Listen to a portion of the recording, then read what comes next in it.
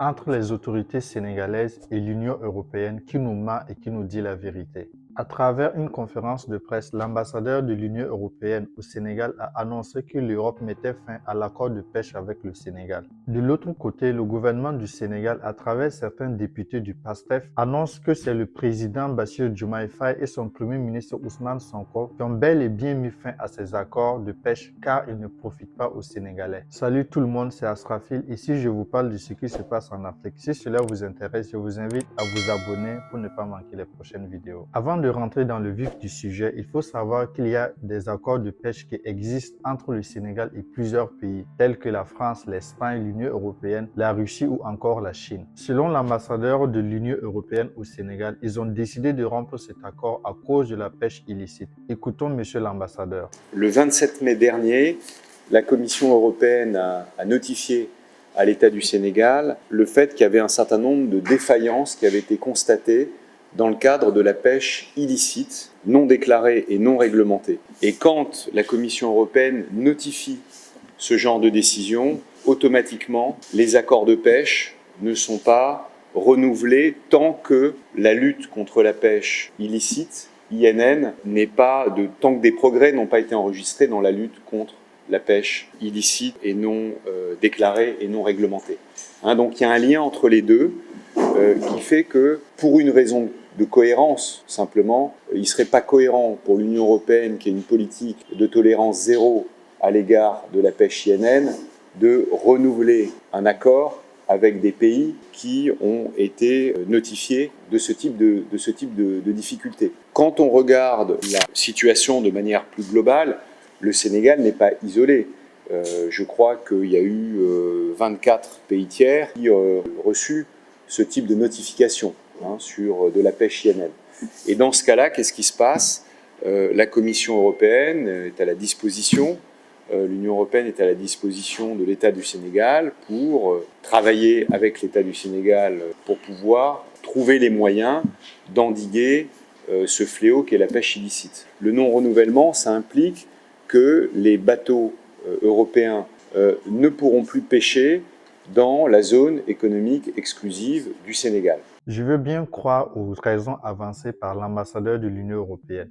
Mais entre nous, la pêche illicite n'a pas commencé aujourd'hui. Cette pêche illicite existait avant la signature de l'accord en 2019. Et cette pêche illicite impliquait aussi non seulement des Chinois, mais également des Européens. Si on suit le raisonnement de monsieur l'ambassadeur, donc la pêche illicite fait la concurrence aux bateaux européens qui n'arrivent plus à pêcher la quantité de poissons souhaitée. Et cela devient donc une question de rentabilité. Tout simplement, l'Union européenne finance des projets de développement au Sénégal contre les poissons du Sénégal et les pirates ou même des bateaux chinois arrivent, ils raflent tous les poissons au détriment des bateaux européens et donc ce n'est plus rentable pour l'Union européenne qui se dit ok, puisqu'on a dépensé beaucoup d'argent pour pouvoir pêcher les poissons. Et comme il n'y a plus de poissons dans les eaux sénégalaises, on préfère partir. À mon avis, c'est la raison principale. Si effectivement c'est l'Union européenne qui a décidé de rompre ces accords et pas que ce sont les autorités sénégalaises. Je pense également qu'il y a d'autres raisons comme les pressions politiques et de certaines sociétés civiles, que ce soit en Europe ou au Sénégal, pour dénoncer ces accords. Et notamment en Europe, il y a les partis de gauche qui dénoncent ces accords, surtout sur les questions de l'immigration. La troisième raison qu'on pourrait peut-être souligner si l'on se place du côté de l'Union européenne, comme ils l'ont dit, que c'est eux qui ont pris l'initiative, c'est peut-être pour éviter l'humiliation. Donc, ils décident de prendre le devant des choses pour éviter que les autorités sénégalaises décident de rompre l'accord et les chasser comme on l'a constaté avec certains accords entre la France et certains pays africains. Quoi qu'il en soit, la population sénégalaise est effectivement victime de cet accord. Maintenant, écoutons la version des autorités sénégalaises sur la rupture de ces accords. Je voudrais rétablir une vérité. Nos amis de l'Union européenne ont organisé une conférence de presse pour dire au monde entier qu'ils ont décidé de ne plus signer les accords de pêche avec le gouvernement du Sénégal. C'est une contre-vérité absolue. C'est le gouvernement du Sénégal, dirigé par le président Ousmane Sonko, dirigé par le président Diomaye Faye, qui a donné le signal depuis longtemps pour leur dire que nous ne pouvons pas continuer à signer avec vous des accords de pêche qui vont appauvrir les pêcheurs du Sénégal. Dans le crédit des autorités sénégalaises, avant même d'arriver au pouvoir, le président Bassirou Diomaye Faye et le président Ousmane Sonko avaient plusieurs fois annoncé qu'ils vont revenir sur les accords de coopération économique entre le Sénégal et certains pays qui ne sont pas bénéfiques pour les Sénégalais, y compris les accords de pêche. On peut penser que les accords de pêche sont cruciaux pour l'économie sénégalaise car la pêche est une source importante de revenus pour les populations et pour l'État, mais également est une source de création d'emplois. Sur papier, ces accords devraient permettre aux flottes étrangères d'exploiter les ressources halieutiques du Sénégal en échange de paiements, de licences, de transferts de technologies et de financement de projets de développement au Sénégal. Cependant, ces accords soulèvent des préoccupations sur la durabilité de stocks de poissons dans les eaux sénégalaises, mais aussi un impact non négligeable sur les pêcheurs locaux. Ces accords ne représentent que 65 milliards de francs CFA chaque année pour le budget de l'État, à peine 1% du budget du Sénégal. Si on veut faire le bilan de ces accords, on peut dire que ces accords ont appauvri les Sénégalais et provoqué beaucoup d'immigration.